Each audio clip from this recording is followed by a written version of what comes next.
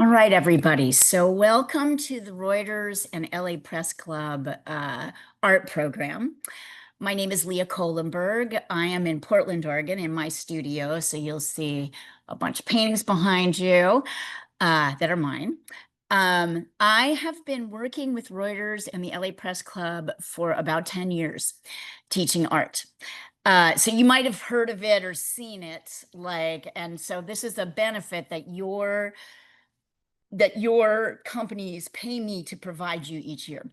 That means there's always classes going on, and we try to do a beginning drawing class at this time at least 2 or 3 times a year, um, just to get people kind of acclimated in. And I guess the only other thing you need to know about me is that I was a journalist for 10 years before I became an artist 25 years ago. So I have a great love for journalism. There was a time when I thought I would never want to do anything different. Such a great job. And then I found art, which is even weirder, like harder and wonderful. And I was actually invited by one of my former editors, who is Janet Roberts, who runs the data research team in New York. You're nodding your head, so I think you know. So Janet and I go way, way, way back. And I taught her how to draw at 50.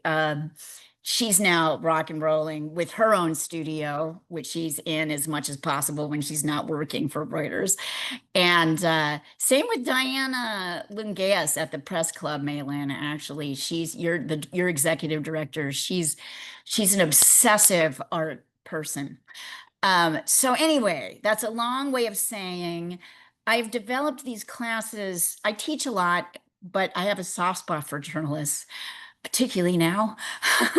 And I really um, I know how transformative this can be. And if you have a little nervousness and a little anticipation, this is good. This is like a little bit good. So, Kiara, why don't you start by introducing yourself, who you are, what you expect, experience, blah, blah, whatever you want to say. Hello, I'm Kira. I work in the London newsroom for the packaged video department. For Um, Reuters, yes. Reuters, yeah. So I mostly work with video, and I'm one of those people that always says I don't know how to draw, I can't draw, and I've always wanted to be one of those people that could just, when you want to make someone a greetings card, I just want to be able to do like a really simple little drawing to make a personalized greetings card. So I don't want for much, and I don't have the confidence to do it or the skills. And I've also, my son's here. He's freeloading next to me because he's actually a really Oh, good great. artist. So Excellent. I might Okay. just hold up his finished products and pretend they're Please do. mine. Please do. That's delightful. We like it when the kids join. Yeah. Awesome. Yeah. Kids, cats, everybody. We like everybody to join in. All right. Yeah, I can go Let's, next. I'm Sarah yes. Caitlin. Janet is actually my boss. So Oh, excellent. yeah, That's yeah, why you're nodding. Yeah. So you yeah, know what an amazing artist she has yes, become, yes. right? I've seen some of her Yes. work. But I just started a couple months ago, so I'm still getting to explore her work. But I'm a visual investigations editor. I used to work mainly in documentary film. For me, I'm horrible at drawing, and I really want to be able to like draw storyboards, graphics, so I can Right. translate that to like graphic editors and all that kind of stuff. So that's really my hope, to get a little bit better at that. Excellent. Mei Lin, how about you? Yeah, I'm a freelance reporter in LA. I mostly write about transportation and infrastructure. Uh, yeah, I really relate to what other people have said. I can't draw. I feel like I can't draw. I would really like to be able to just do really simple things. Like even when I play uh it's like telepictionary, where you're drawing what people have said with my family, and like the drawings are so sad. So yeah, that's why I wanted to take this class. Wonderful. Well, I love that the expectations are both low and high at the same time. And I'm here to tell you that when I, at 32, decided I wanted to become an artist, I also could not draw at all. I didn't know how to draw. What I later learned is that I had kind of a natural ability with the brush, none with the pencil at all. And it was what I can tell you is drawing is a completely learnable skill. It's like learning to write, learning to read, or learning to talk. And because we did all those things early in our life, we forget that they took a long time, right? To get like to going. You might, Kiara, have a sense of it because of your kid, right? And you watch your kid go through the process of learning all these things. I think we can meet our goals today, the small ones. I'm going to show you. And today we're going to review the kind of general principles about drawing.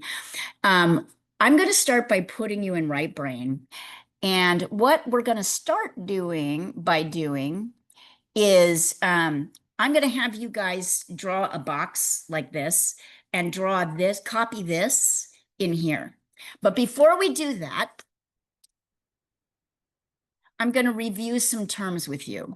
So please tell me if I'm being too pedantic. I like to assume this isn't obvious, right, to everyone. You know what? I need a Sharpie. Oh.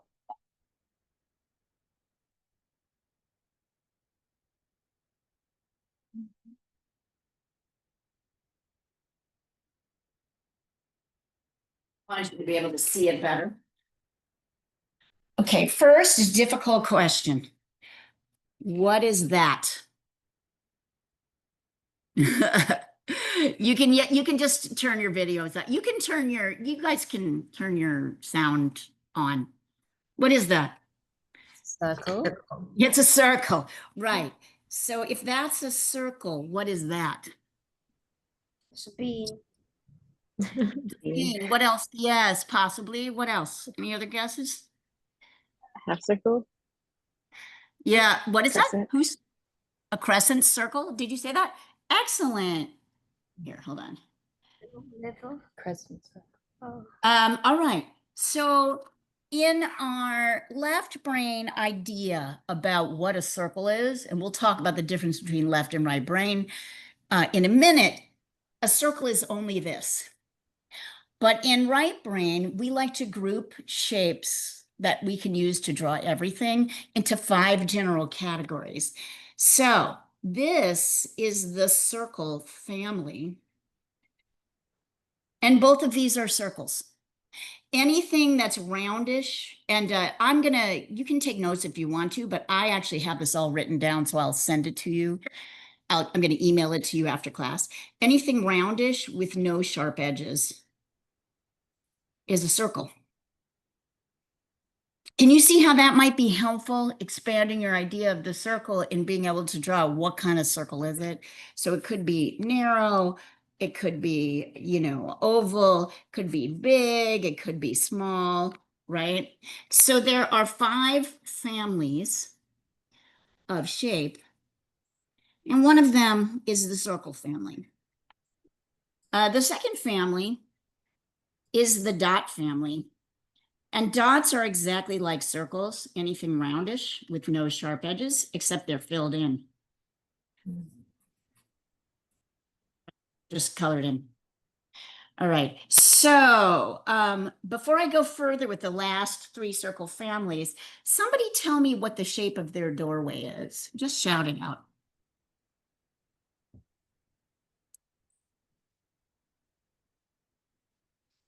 Go ahead.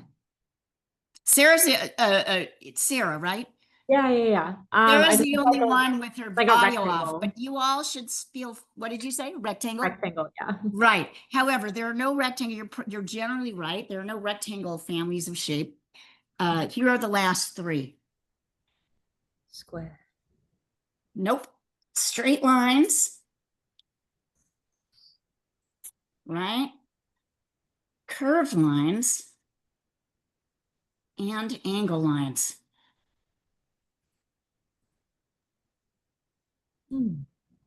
So straight lines can be thick, they can be thin, they can be little, they can be big. Curved lines can be narrow, they can be wide, they can be even curly like a snail shell. And angle lines are just two straight lines put together. So based on this construction, what is the shape of your doorway? If you're going to have to use these families of shape, what is that? Angle lines. Right, two angle lines put together, or Four four straight straight lines, or maybe if it's a dark doorway, one thick straight line, right? Like that's colored in. So you can see how this goes. I'm about to put you in right brain, and right brain doesn't really care what a thing is. It more cares about the shape. So when I come back to this, take a look at it and tell me. Here, I'm going to go even up closer so you can see better. What types of shapes are here? I'm going to pop this on the side so you can remember. What families of shape are represented here? Straight line, curve line. Straight line and curve lines. Yep. Angle lines. Angle lines. Yes. Do we see any dots or any circles? No. Good job, you guys. Some people look at this and they try to guess, but if you don't have the information, all you can really see is the curved line, right? Excellent. I'm glad. I can tell we already have a visual group because you're not falling for the tricks. All right, so I want you to draw yourself a square using 4 straight lines. And then you're just going to do the best you can to copy these straight lines, curved lines, and angle lines. So straight lines, curved lines, and angle lines, right? Do the best you can, and I want you to do it as quickly as possible. You can see how I'm doing it. To be fair, I want you to know I've done this lesson probably 2,000 times. So it's a little easier for me.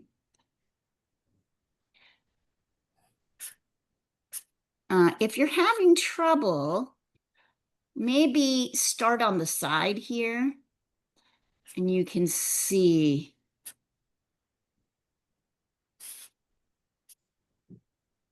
Right?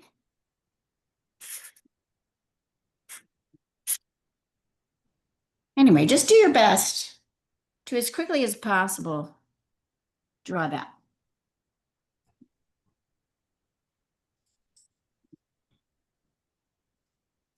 Excellent. You're already showing good drawing form, which is that I should be able to see your eyes, right? Looking up at the computer screen as much as you are looking at your paper. If you need to erase, that's okay.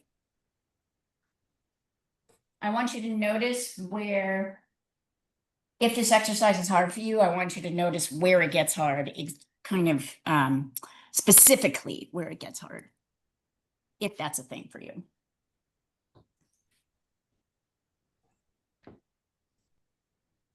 And when you think you've got it, hold it up. Maylin's already laughing. That's it in your face. You're all right. I'm going to remove the spotlight. I want to see everybody's. Maylin, I can't. Sarah, I can't see it if you've got. Maylin, I can't see it if you've got the blur. Okay. All right. Well done. Well done. Well done, everybody. Kiara's like, I'm getting there. I also, can you guys put yours a little closer, Kiara? I can't see them. These look, yeah, not bad at all. All right, on a schedule, y'all did the assignment. You understood the assignment and you did the assignment. On a scale of 1 to 10, how hard was this? Rubbed out did What's that? I ran out of room. Like, Right, which means that you made things a little too big, right? Like place things. So it's a little hard to sometimes figure out where to place things. That's normal, very normal drawing problem. Continues to plague me and every other artist, no matter how long you've been doing this. What else? So on a scale of 1 to 10, 1 being easy, 10 being difficult, how difficult was this assignment? What's that? And easy. What was one? One's hard. 1's easy, 10's one's hard. 5. A 4. So 2, 5, 4, right? That's- Doable. Yeah, 4. What else is hard? Can anybody else name anything else hard about this assignment? What was difficult? Besides maybe making things too big?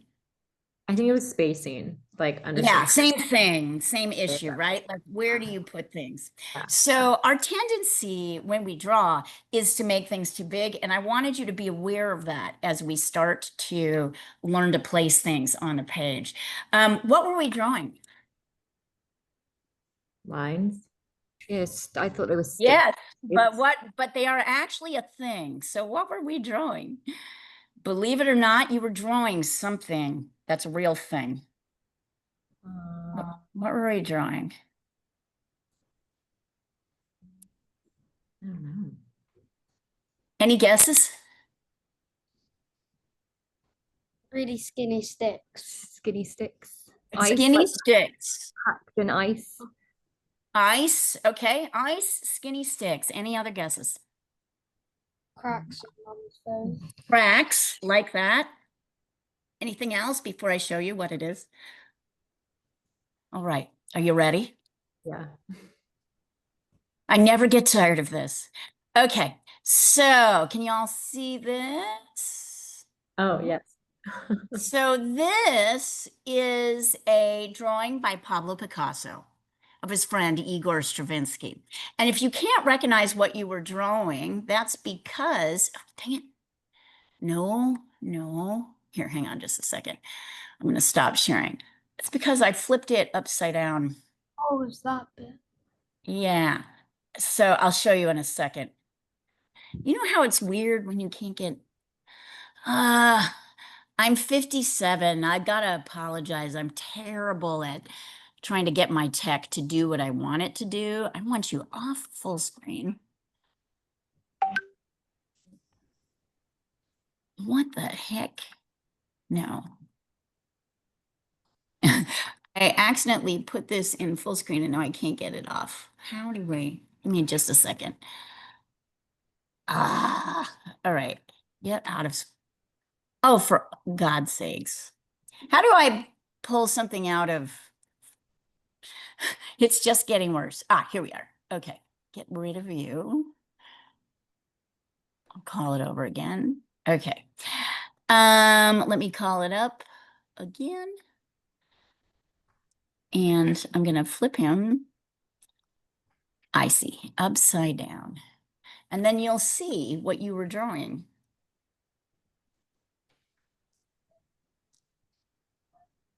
If I can ever get back to my Zoom screen, there we are. So, can you see it now? Oh, yeah. Yeah. Right? It's this, you were drawing the legs of this drawing upside down. Okay, so you all labeled this somewhere between 2 and 5 in level of difficulty. What if I hadn't told you anything about shapes? What if I had given you this entire picture right side up? And I had said, all right, your first assignment is to copy the legs of this Igor Stravinsky drawing by Picasso. How difficult on a scale of 1 to 10 would that be? 9, 10. 10. I always say 100. Like, I always say that's an impossible assignment to give someone right on their first job. So what I just did is put you in right brain. And I want to talk to you about why you think you can't draw and what you haven't been practicing and what you need to learn to practice and how you need to think, right? When you just see things in terms of shapes, it becomes much easier. And actually, so let's talk a little bit about that here. I'm going to pop this up for a second. I think I used to, here, I'll just flip this over. Come here, Joe. There we are. I used to ask people to do this, but I feel like it's kind of a setup. So if you've heard of left and right brain, you've probably heard these words a lot. Logical, intuitive, creative, structured. Does this sound familiar to you? Yes. Completely. So you're all words, you all in some way understand words. If you think about it, this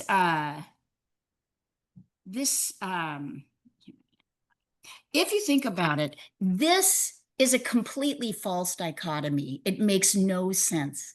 These are not opposites. They are not. Can you see that? But we're trying to fit ourselves. So what is it? Left brain. So this is incorrect, but it is widely believed. I have lived in 5 different countries and taught for 25 years. Now, 20 years. And everyone always answers this the same. So why is that? What is really happening? And of course, we also know that with left and right brain, it's kind of more like if somebody has a stroke, a different part of their brain can pick up, skills and relearn them. But for definitive purposes, the left brain is verbal conceptual. And the right brain is visual spatial. Both of them have their own kinds of logic, but their logic is different. Verbal conceptual is what we're all in from the time we're born, and it's how we learn language. And it involves taking in words and being able to associate the words with a concept, right? A picture in your head, and then repeating those words so that everybody can understand what you say. And that actually takes for several years to do. Right? Kids are not born being able to speak or even to understand. Over time, they begin to understand the words, right? I just watched my granddaughter learn how to talk, and it was amazing. She didn't start with words. She started with tone, quite actually communicative. She'd be like blah blah blah blah blah blah blah blah blah. She's 3 now she talks, but for the first year and a half it was like blah blah blah blah blah blah blah blah blah blah. And then a very down or no, but not a lot, right? It was mostly tone to evoke a thing. So we know this takes a long time to do. And I've got myself up here.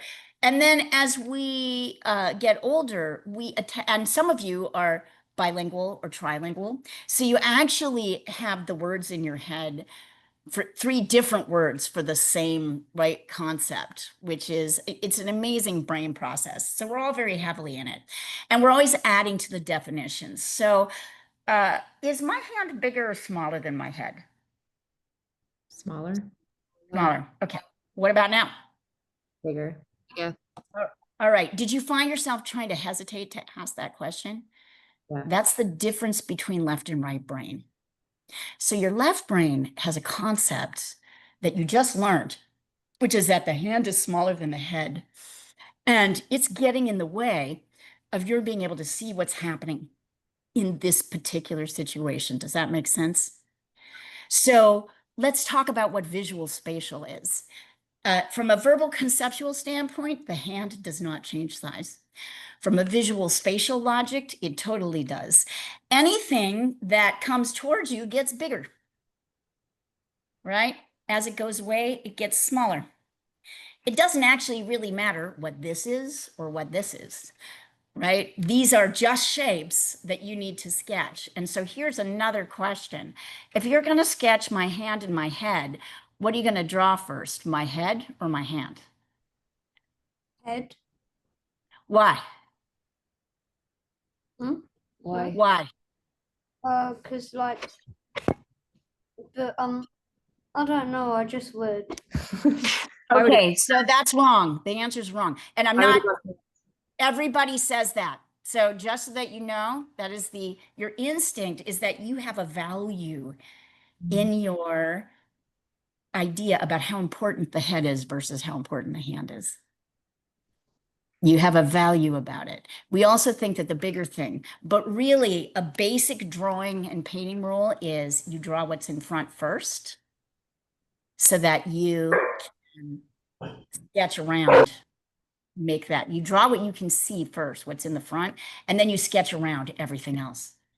So you see how essentially your left brain is constantly getting in the way of you being able to draw. That is the only thing getting in the way of you being able to draw. When you don't know what something is, it's easier to draw. When you know what shapes to look for, it's easier to draw. And this is a great example. Yara, what's your son's name? Saren. Hey, Saren, you probably have done this in class. Yes? Have you done this? Where you draw a cup on a table? Yeah. Yeah. So I drew the cup first, right? Because it's in front. And Yeah. then I added the table line in afterwards. Mm. So as we're thinking, the thing that gets in the way for us is always our left brain trying to conceptually pull out what it knows, and it's not helpful, right? That is the only problem we have with drawing. So today, now we're going to draw something. And when you know, I want you to just follow along with me. And when you know what it is, I want you to shout it out really loud. So hang on. Let's see. And I hope none of you feel bad. Don't feel bad about being not correct here. This is, I'm kind of setting you up to not be correct. So don't worry about being incorrect, because I'm wanting to show you a process and how we confuse the left and the right. All right, so are you ready? Let's start with a dot and then a circle around the dot.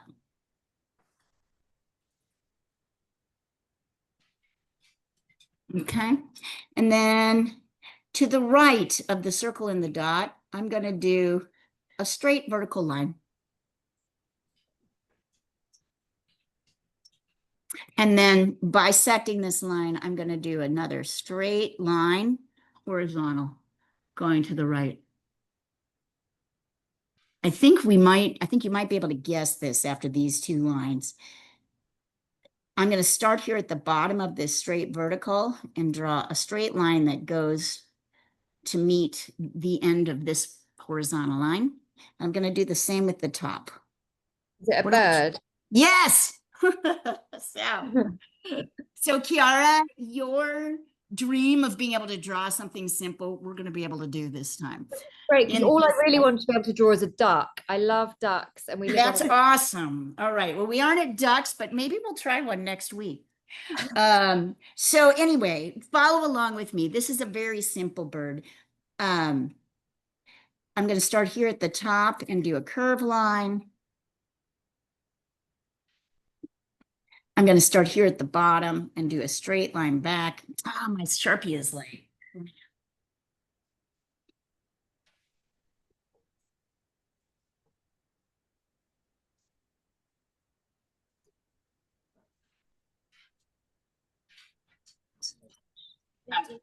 So it should be. And then I'm going to start here again at the bottom of this straight vertical line and another curved line for his little belly. Let's have him be flying. Him, her. So I'm going to take a curved line sort of through the middle of this straight line here, up like that, above the head. And then another curved line going down like that. Why have I stopped this line here? Why didn't I bring it all the way down? Because it's behind his head. Exactly. Exactly. Just like we learned in the last lesson, him or her, they. And Kara, I will actually show you guys how to draw a duck next week if you would like. I can totally do that if you're all into it. So another curved line out and another curved line down. And then you can use any series of lines to make the feathers. You could go little angle lines like this. You could do circles like this. It's kind of up to you how you want to make this bird's feathers. And I'll give you a minute to work on it. So I'll move you ahead and see. We're going to do their little feet right now. Notice one straight line is stopping at the body. The other straight line is coming in over the top. And then it's 1, 2, 3 curve lines. Same with the back. One stops at the body, one comes in a little bit. 1, 2, 3. And then I'm going to give you options with the tail too. You could do like a set of small curve lines. You could do, right, like a set of straight lines with something like, you can do whatever you want with the tail. I'll do something, but I'm not requiring it. And then if you want to, you can have this bird kind of landing on a branch.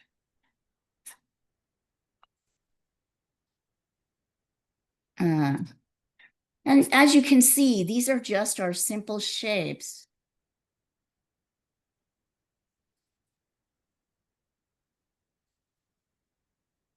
Dots, straight lines, curved lines, straight lines. So go ahead and finish your bird however you like. I'm not really, I'm not really fussed once you kind of get past the body that we did together, how you do this bird. You can add things as you would like.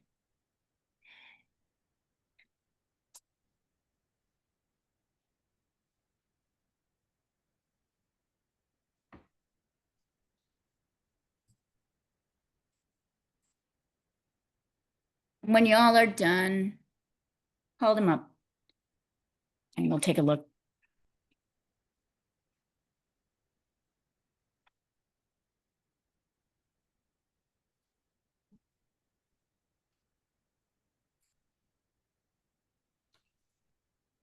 And don't rush because it's Sunday, because my belief in this process is that this is a slowing down for all of us and an observing and a looking.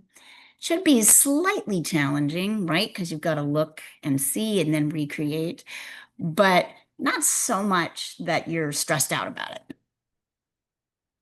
Also, there's a lot of different ways this bird can look and still be correct, following all the directions. Nice. All right, I'm going to pop up. Sarah, I'm going to pop up yours. Oh, totally adorable. Love it. Anybody else want to show theirs? Wherever there's, we'll have more time to work on these. Okay, I'm going to pop up yours, Kiara. Nice. That's beautiful. Okay. Here, yep. Huzzah! Oh, I love the darks. Fabulous. Fabulous. All right, Maylin, you're the one I'm waiting for, right? Here, we'll pop you up. Once again, still we can't see it because you're on blur. You're blur. You have to take your blur off or we won't be able to see it. You go on your video. There we go. Ah, lovely. Lovely. All right, that's great. So step one, we've all learned to draw something kind of simple, right? Like we're kind of there. So your next assignment, I'm going to give you a page of line drawings of birds. They're a little bit more complex. I want you to, your job is going to be to draw them. I'll do the first one with y'all together. I, of course, will pick the simplest bird. Put these up so you can see them. I'm going to pick this bird, but you're going to do the rest of them on your own. And then we're going to share and you're going to take time to do this. So let's see. I need one more sheet of paper. No, do you have any more sheets of paper? Ah, here we go. Okay. Here. I'm going to put that right here. Can you guys all see that? This little bird right here, we're going to draw together. So we'll start with a little dot in a straight line over the top of the dot. And then to the left this time are 3 straight lines put together in a triangle shape. And then it's a curved line for the head. Now, it's really interesting. You're going to see if you change the spacing on this, this bird's going to look angrier or less angry, which is kind of hilarious. So like tiny little millimeters can make a total difference. All of them are fine. I don't care if your bird looks angry or not. There's a whole thing on this, right? Angry birds. But, and then we're going to start with the inside curved lines like that. And then outside curved lines like that. And then this is my favorite part. They're so cute. Little dots, 2 big ones and then 2 smaller ones for his toes or her toes.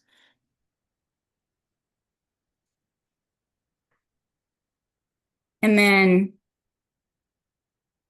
curved lines put together, smaller and then bigger. Right?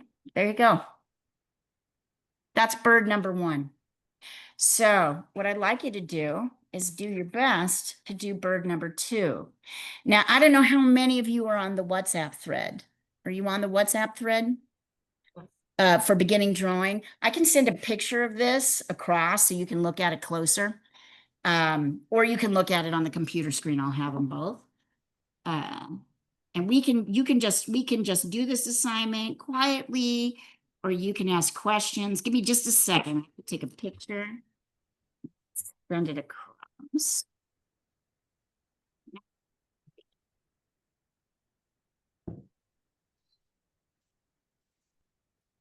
Sorry. Let me.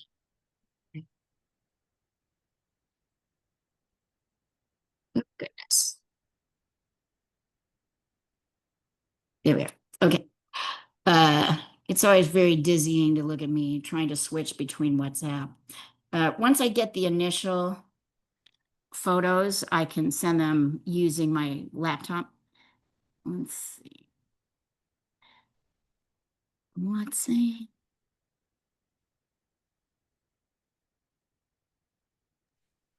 I sent a request to join the WhatsApp, but I don't. All right. It's an approval.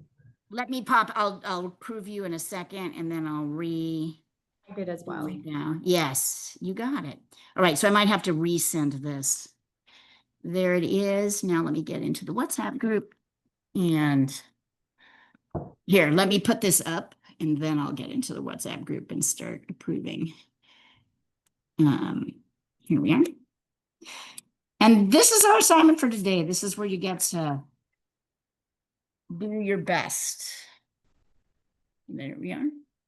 And if it makes you nervous, you can, oh, it doesn't have the information. This is from a book called Drawing with Children. So if that makes you feel better, it's fabulous book. I'm going to talk about it actually, because kids and grown-ups can learn to draw together. All right, let's see. Unknown number. Do you want us to try to draw our second bird on the same page as our first bird? You can do whatever you want. You can get a new one. Eventually, hang on, where is the, I got everybody? Here we are. It would be fun to get them all in and then maybe play around with some, add stuff around them to kind of turn it into a, I got everybody in. Is everybody in now? Let's see if you're in. I think I got everybody in. Yeah. And I'm going to pop this in from here. Birds. Classic birds. Here they are. All right, can you all see this thing, which I just sent across? If you click on it, you'll see the whole. So I'm still waiting for approval. Who is it? Who's still waiting for approval? Sarah. All right. Yeah, something weird just happened. So, all right. I'm getting there. Thank you. I really need an intern to do this for me. I'm just so bad at it, but hey, you do what you can. Kira, do you want to come to the US and be my intern? Want to help me? I'll send him. Great, send him. Ah, here we are. Got you. Gotcha. All right, you should all be there. Thank you. Okay, so I'm going to send it one more time. What's really nice about this, is, here, I'm removing the spotlight for a second. God, where are we? Sunday, there we are. About the WhatsApp thread is that you can keep sharing stuff all week.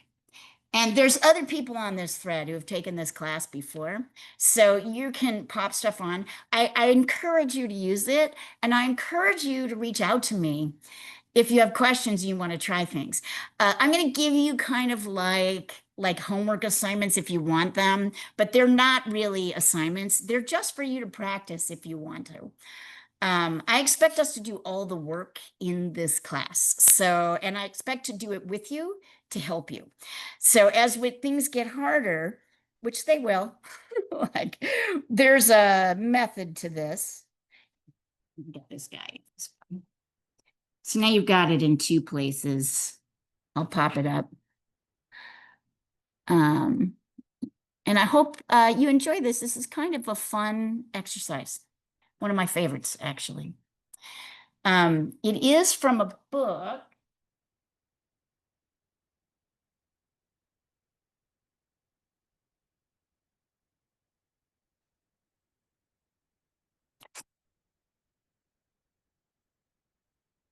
And you can kind of just listen to me or not. I'm not worried about it. I'm mostly here just giving you extra information, but you're welcome to just get into this process. This is from a book called Drawing with Children by Mona Books. It's an amazing book.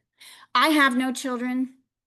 My granddaughter comes from my boyfriend's, my partner's side of the family, right? But I had no children of my own. But I found this book to be the most helpful book when I first started learning to draw.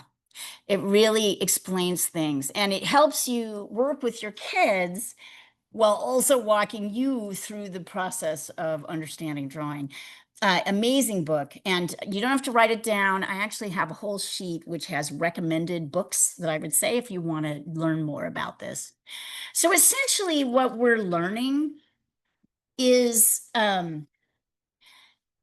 drawing is just like learning to talk and learning to write and learning to read. Drawing is this process of practicing visual spatial skills. There's really no way to get through it other than the slow way, right? Which is to make 10,000 mistakes and then you're good at something and then you're kind of good at it. So it's, this is not, the only people who don't do well at this are people who want everything to be perfect in the first go and to expect that there's no struggle along the way. If you expect that there's a struggle and that you're going to use your mighty eraser, eventually your mechanical eraser, which you will love. I'm not going to introduce it this time because it's so exciting, but probably next week. You'll see that like a lot of it is kind of learning to assess how much space things take up on the 2-dimensional surface. It's really a big translation that's happening, right? We're measuring, but things look different. When you're trying to create 3 dimensions on a 2-dimensional surface, things look different. The other book that I found really helpful, yes, in this process is called Drawing on the Right Side of the Brain.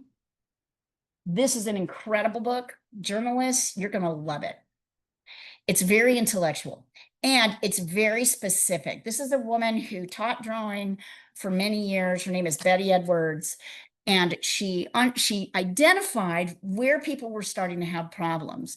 So one of the stories that she tells in the book is of teaching drawing in high school. And she put, say this is a vase and this is an orange in front of the vase. And her students all drew it like this. She's like, why did you guys draw it like this and not like this? And they're like, we don't know how to do that.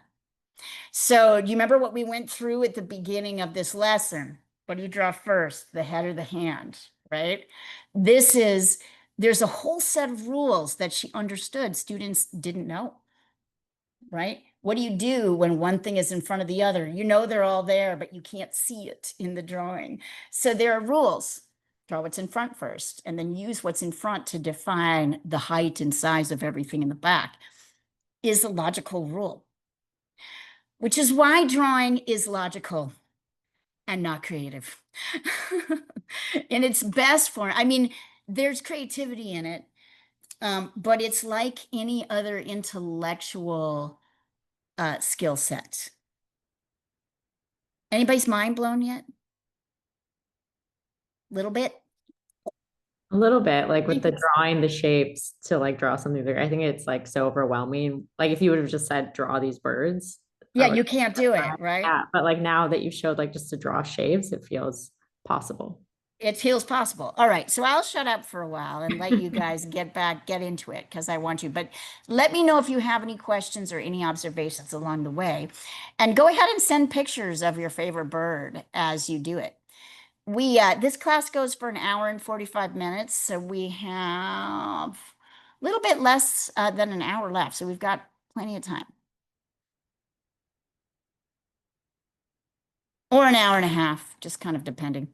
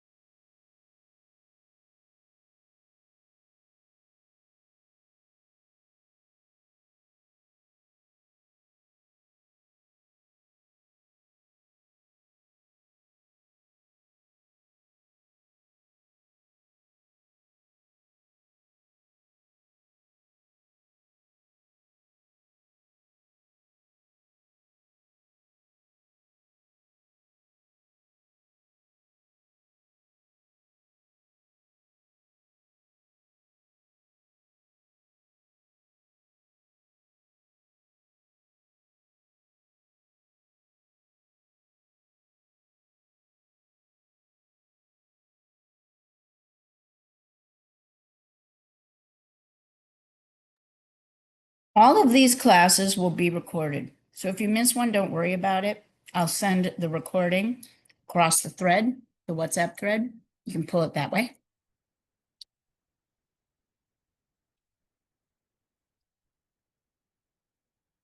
As well, I wanted to say that the first exercise we did, drawing on the right side of the brain, is an exercise from drawing on the right side of the brain.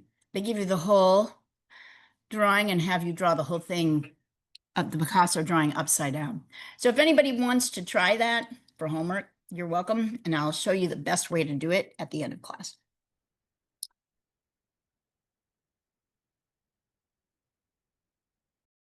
Do you recommend like the one you showed us, you started from the eye, and then the first bird we started from the eye. Where do you recommend starting from? I would start with the eye on all of these.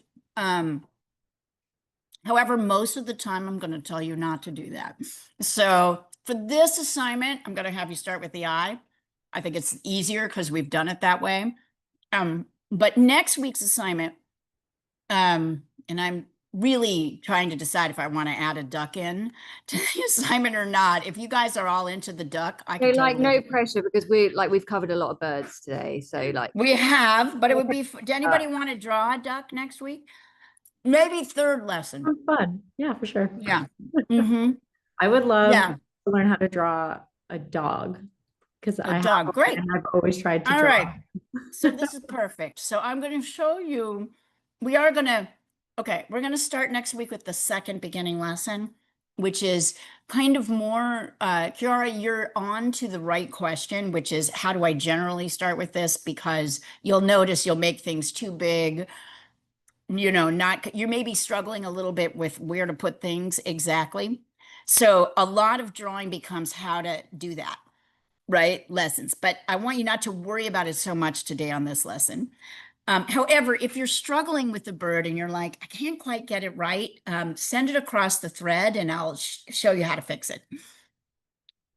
But I don't want you to stress about it because there's a lot, just like any system, talking, reading, writing, there's a lot of levels to it. And I don't want anybody's head exploding. Also, this is just totally fun. What you can do just with shape is kind of amazing. But as usual, as good journalists, you're smart and you're kind of jumping to the next step, which I also like to see.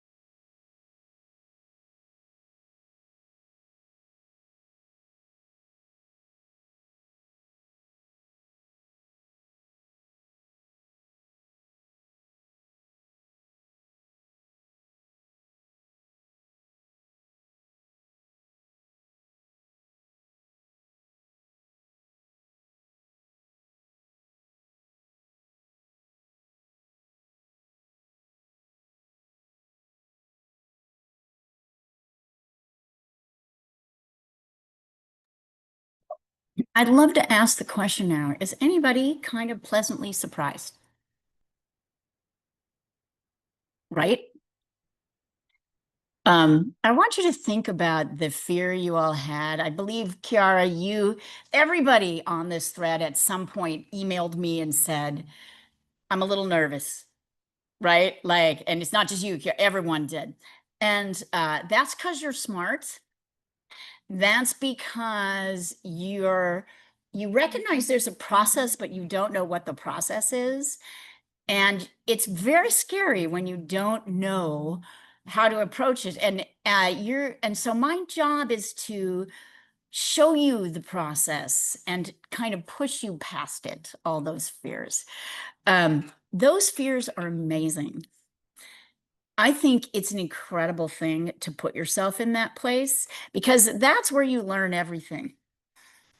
Really, once we stop learning that way, once we get good at something, I don't know if you know this, once we get really good at something like talking, writing, handwriting, driving, whatever, riding your bicycle, your brain shortcuts. It's, that's why you can do it quickly. And it begins to atrophy. Like the only way you can keep your brain fully functioning is if you're doing something that's a little bit scary because you don't know it and requires intense focus and concentration. That gets all the brain cells going. And maybe like if you all remember, perhaps at the beginning of your jobs, I remember that my first year, I was kind of in terror mode all the time as a journalist. I was at a small daily in New Hampshire and it was insane. We had to be at work at 5. It was an afternoon paper before like computers. So it was all like laid out by people. And it came out at 11 and AM. So we had to write all morning. And it was terrifying. Like I was constantly for the whole year just terrified because I didn't really know how to do that job, but I learned. I don't know if you remember how you started in your jobs, but so it's kind of, but what's nice about this is the stakes are low. Like nobody dies if you make a mistake. Like nobody, right, gets you, you don't put out wrong information if you make a mistake. You just make a mistake and learn from the mistake. And that's a really nice setup to have. Anyways, interesting. It's interesting, our brains, our little brains. How's it going? You're all smiling right now, so I think that's like a good sign. Here, let me remove the spotlight for a second. You don't have to stop. I just pause for a second and hold it up, or send it across if you want to. I found that Hold when I it. was drawing from my phone, the birds got so much bigger because I was like zooming in. So like Zooming in, you can see more details, so right? like this was from like mimicking the Right. computer, and then like this is when I had it zoomed in. That's nice, So but it's not like, wrong. Just yeah, I just proportionally noticed that correct, like just I there. really followed based on the size. That's interesting. They look great. Here's Anik Jaworska-Gwidetti, who's a fantastic colleague of yours in Reuters in Poland. She was just saying she likes them, what she's been seeing, and she may pop into class. There's another class after this taught by my colleague and friend, Lada Pochkwa. And you all are welcome to stay. You'll stay on the thread or just come back at 10 because he jumps on at about 2 hours after your class starts and he leads a open studio. So if you want to keep going, you can. I love it. I think that's great. It's kind of fun, isn't it? It's kind of fun. Weirdly fun on the other side.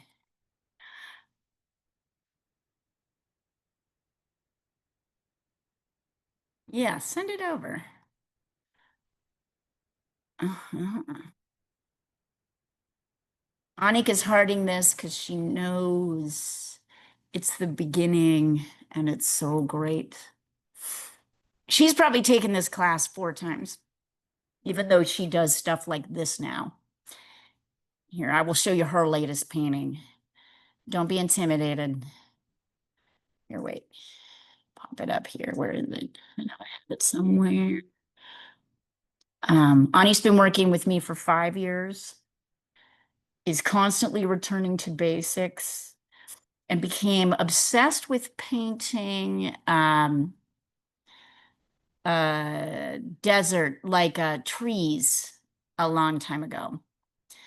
So this is one of the tree paintings she produced this year. She takes a long time to work on it. Okay, hold on. Exit full screen. There we are. I'll show you. Just pop it up for a second so you can see it. See where you can get to in this class. That's her latest tree painting.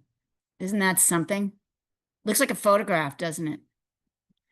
5 years. 5 years. You all can be here. Oh, so amazing. Yeah, yeah. She's doing great. So at about year 3, I taught a class on how to draw trees in a forest. And that became her, I wonder if we've got any more here. Those are sketches. These are other student work. These are student colleagues of yours in London, Kiara, perhaps. I taught this in 2019. That was when I used to go to the Reuters office. Do you know these guys? No, Simon on the right. Yeah, Simon, will you say hello to him and tell him we miss him? Reed's on my team.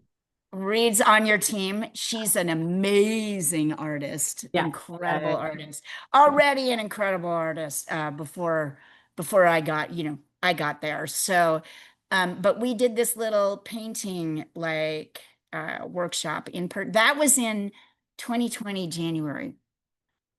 If that gives you any time. I know, right? Right before everything went haywire. That was when we thought things were normal. Actually, in this photo, I have COVID. I didn't know it at the time, but I had COVID in that photo. I thank God it wasn't contagious, but we didn't know what it was. I went to the doctor and he was like, "Oh, it's just a respiratory thing. You can go on the plane." So I went on the plane, and then later I was like, "Oh no," because if any of you have had COVID, it's terrible. It feels awful. But yeah, in this photo, I was recovering from COVID. And God, it's just an entirely different animal. It's an entirely different time. Go ahead, everybody, keep going. What I'd like you to do, we'll go till 9:30 today, because I think we'll be able to finish. What I'd like you to do, you have 2 options. You can put your birds in a scene. So add trees and, sky or whatever. You can put your birds in a scene. Or if you're interested in trying, do I have him upside down? You know what? I don't have a copy of.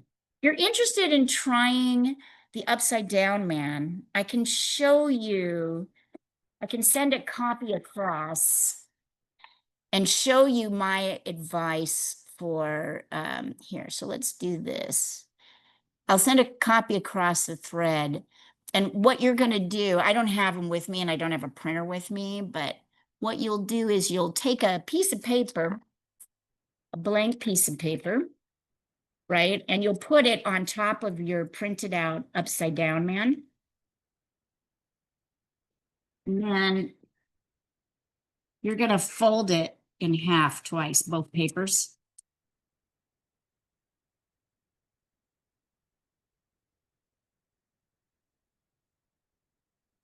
So that it comes out to 4 equal rectangles, equal size rectangles, right? And then you can just do 1 rectangle at a time. So if you were to do this upside down, it would look like that, right?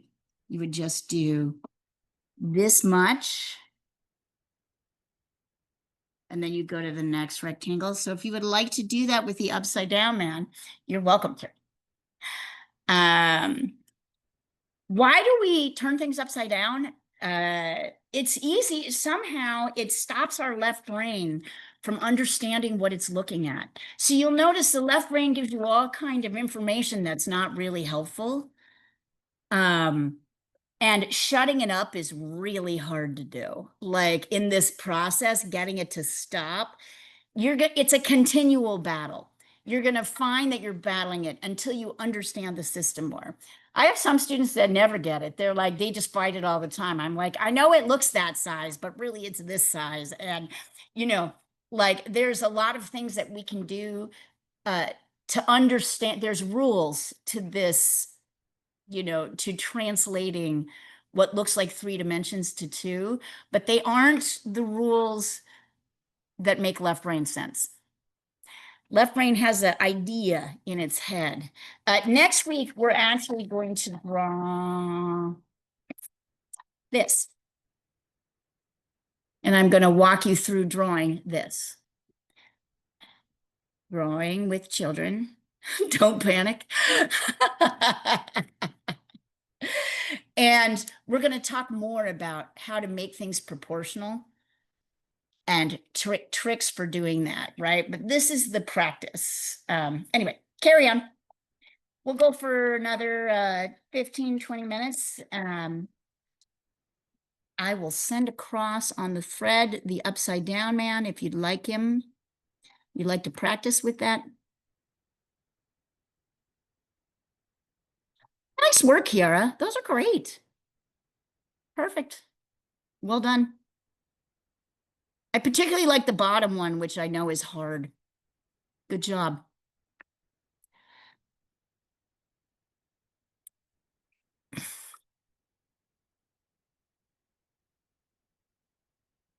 So you guys can tell I get a lot of joy out of this class because I love having you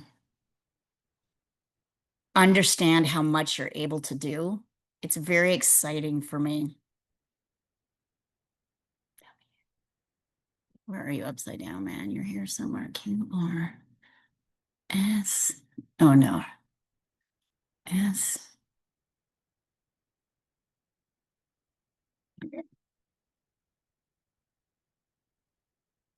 He's right side up, so you'll have to turn him upside down. I love letting you know that you can do this.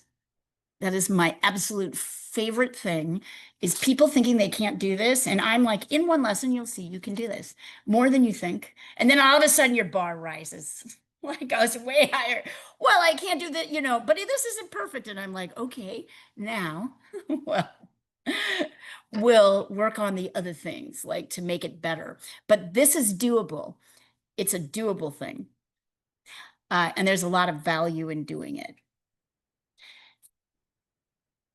It's a little bit like working out at the gym. Maybe half the time you don't want to go. But when you do, however you feel at the beginning, you almost always feel better at the end. And that's why you do it, right? Not because you want to do it, because you know that repetition helps you get stronger.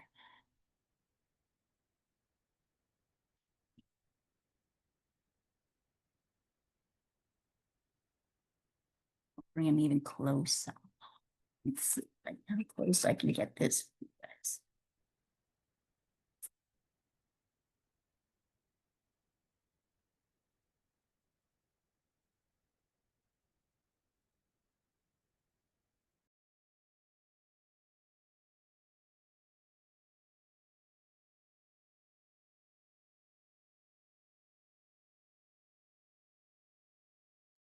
Oh, and the other thing I'm going to do is put the ancillary materials in the thread right now, so you can have them. One is the 5 families of shape, just as a reminder.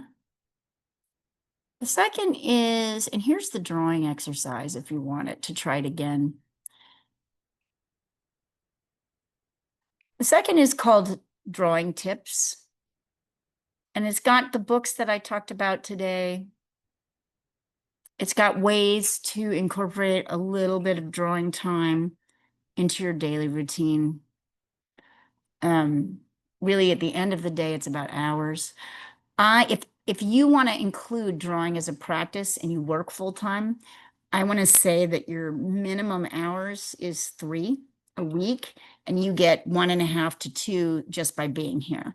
So all you really have to do to get better at drawing is add in another hour and a half. If you can do more, that's great.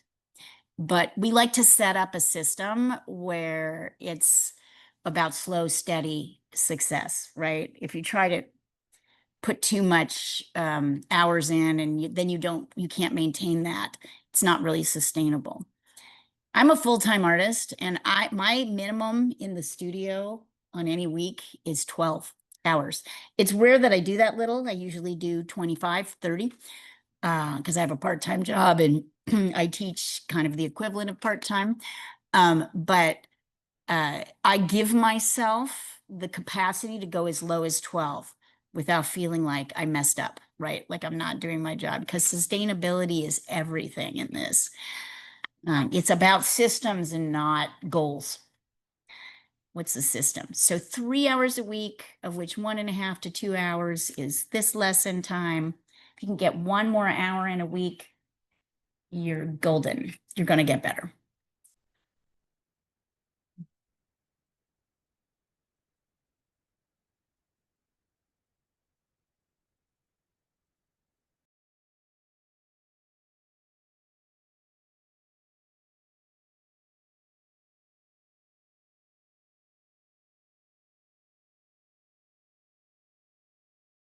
And this video will also be up within a couple hours after class is over.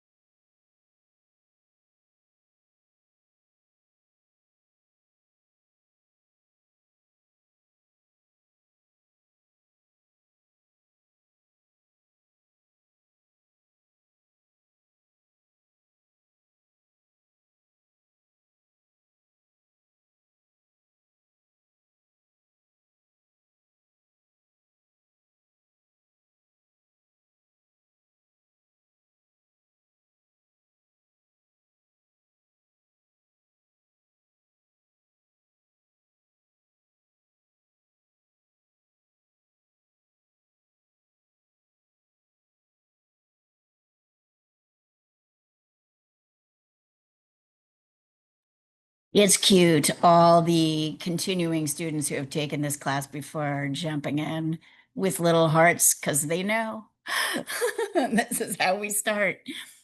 You have a lot of supporters, even though you don't know them yet. They're awesome. Christine Campandanicchio, Maylin is somebody you should know. She's lovely. Oh, she's jumping in next week. How nice.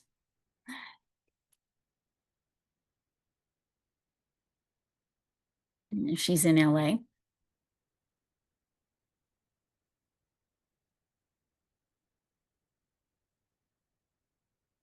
We'll work for about 5 more minutes, and then I want you to show what you've done, and let's kind of wrap up talk about what comes next.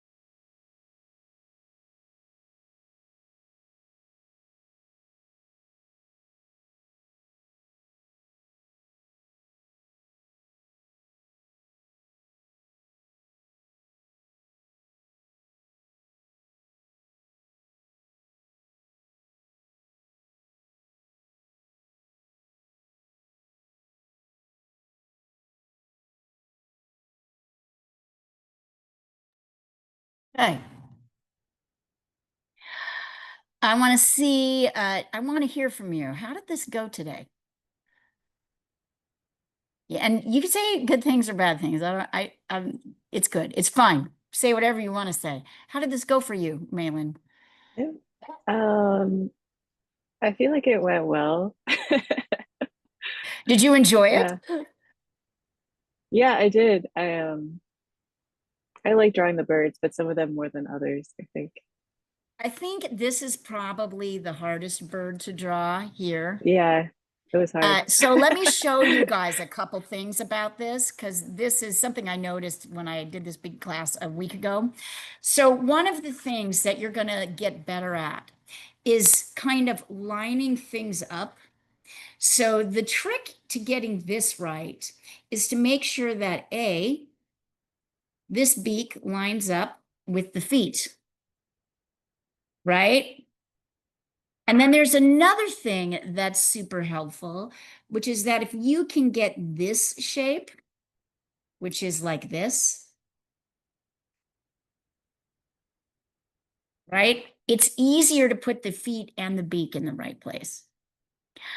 This is a concept called negative space, which is where it's the space between the subject, right? And in drawing, of course, it's as important as drawing the actual shape itself. Our left brain finds negative space completely uninteresting. It doesn't focus on what is not the object. But when you're drawing, being able to line things up, right, and see things is really helpful. We're going to practice this concept next week. Negative space is going to save your life over and over and over again. And you see, this is a very logical process. It's just not right, left brain logical. It's right brain logical. It's about things in relation to other things. Excellent. Malin, thank you. That was like just perfect. Anything else you wanted to add as we talk before we go to the other two? Oh, I think for me, I just need to figure out like a ergonomic way to draw because I type a lot, and so I feel like my shoulders and Sure, neck you're get really tense. physically. And I can so talk to you physically, about just that. a way to like it. Yes, a good setup. Yeah, I can give you some examples of that. I'll send that across the thread later today. Sometimes it is true because often you're working on a drawing board. You could get a drawing table that comes up, right? So you're not down, you're kind of up, you're up and the drawing is kind of right at you. You can also get a tabletop easel, but sometimes those are less stable. So I generally find it, if it's like the quickest, easiest thing is to get something that goes up and down like this, so that you're coming like that and not leaning on the table and leaning forward. Excellent. Good point. Kiara, Sarah, what did you guys, what did you think of this experience? It's been really good. Normally when I draw something, I look at it and I like afterwards and I cringe, but I'm like Yeah. looking hard at my birds and I'm not cringing. They're You're not actually cringing. They look pretty good, right? Like I saw them, you sent pictures, so I saw you got it. I mean, maybe there's one or two things that could be fixable, but in general, they look like birds. Here, I'm going to flip this around and show you guys. I had this pain when drawing too, because I wasn't a very good drawer.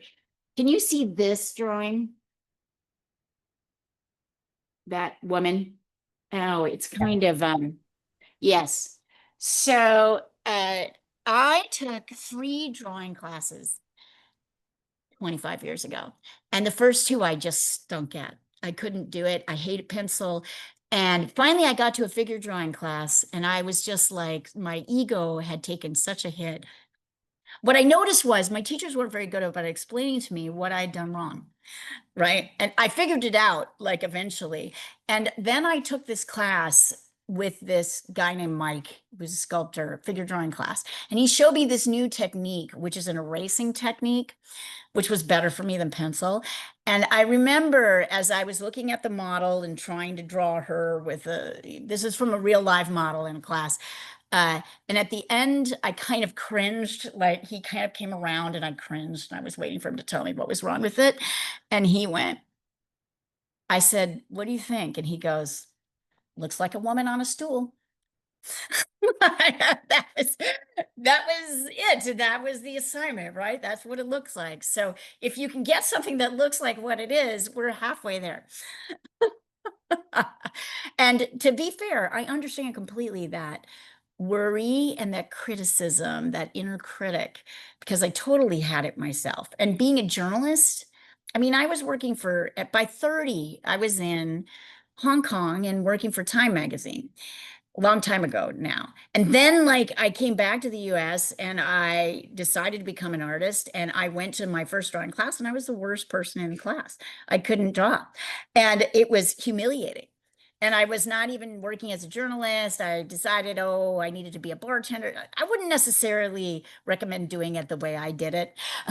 But I would say it was very like humbling experience. That, of course, is also a really good thing to happen, but it never feels good in the moment. In the moment, you're just like, why don't I know this? Right? Like, why don't I know this? But this is exactly where you want to be. And I was more captivated by the progress than I was with the hardness, the difficultness of it. Sarah, what about you? Yeah, I really enjoyed it. I think size is definitely a thing I'm gonna have to work on. I like drew them all first and they're all really big. And then I like tried to challenge myself to get them all on one page. And that was like much harder. But Cute. Nice. Yeah. they So- are on one page, but they're kind of jumping off the page a bit. Awesome, though. I kind of like that too, though. I think that kind of like works. So send these pictures across so that the other students who are in this class who miss this lesson will see it. We're going to spend a lot of time talking about proportion, getting things in the right places, drawing things the right quote unquote size. To me, the problem that you explained is not as big a deal as proportion issues. Making things bigger is actually like a good thing to do. And it's what a lot of people struggle with that. They want to make it exactly the same size as what they're looking at. And that becomes so much harder. So knowing, kind of let going of size and kind of knowing about, but I get the challenge, right? Knowing about proportion is more important. And that's what we're going to practice when we draw the lily next week. I used to put the lily as the first lesson, and it's hard actually. So hard enough. I mean, it's doable. People do a great job with it, but it's a little bit tough. And so I liked this lesson first because it lays out some of the basics and lets us practice before I start throwing more concepts at you, like negative space, proportions. How do you figure stuff out? I thought you guys did great today. I have sent all the resources across. This video will be available if you want to share it with anybody else or look at it again or try it again. You can also do Upside Down Man if you want to. I've sent that across as well. But I will see you next week. Great work. Thank you so And- much. Thank you. Yes, thank you. Take care. Bye. Bye.